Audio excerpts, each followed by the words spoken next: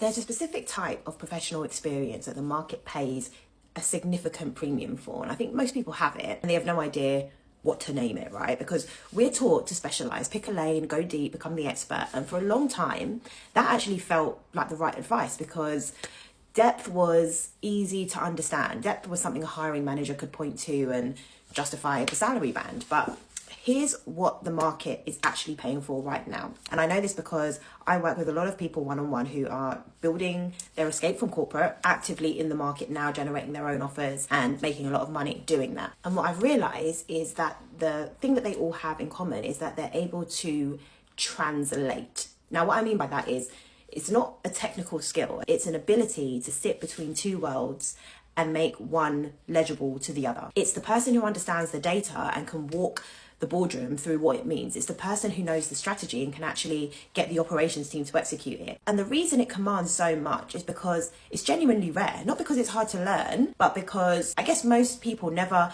recognize that they're doing it. The idea that they were sitting on something that the market desperately needs and will pay a huge sum for. Because if you spend any part of your career sitting between two worlds, for example, technical and non-technical, creative and commercial, strategic and operational, then you probably have this. You've been doing it. You just weren't counting it as something important. And before anyone says, oh, AI changes this, it actually makes it more true because AI can generate the data, it can produce the report, it can summarize the strategy document. But what it cannot do is read the room. It cannot sense where the resistance is sitting. It cannot feel when the technical explanation isn't landing in the right way and adjust in real time. It cannot hold the tension between what the numbers say and what the people in the room are ready to hear. And that's because this skill is embedded in relationships, in politics, in the context, the things that live between the lines. So think about the professionals who command the highest fees in any room. They are rarely the person who knows most about one particular thing. They are almost always the person who can take what the expert knows and make it land somewhere it wouldn't have landed without them. That's the work, that's the leverage. That's what the market is actually paying a premium for right now.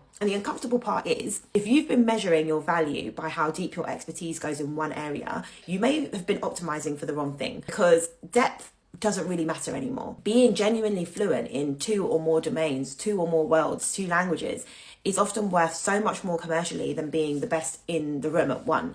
You don't need to start over. I don't need to learn anything new. You need to look at what you've already been doing and start seeing it differently. And if you're not sure where your own skills create that commercial opportunity, I do have a tool that I built called the Skills to Income tool, and it was built to help you identify that. It takes what you already know, what you already do, what you already are, and shows you where the market sees value that you've probably been leaving on the table. So if you're interested in grabbing that, the link is in my bio.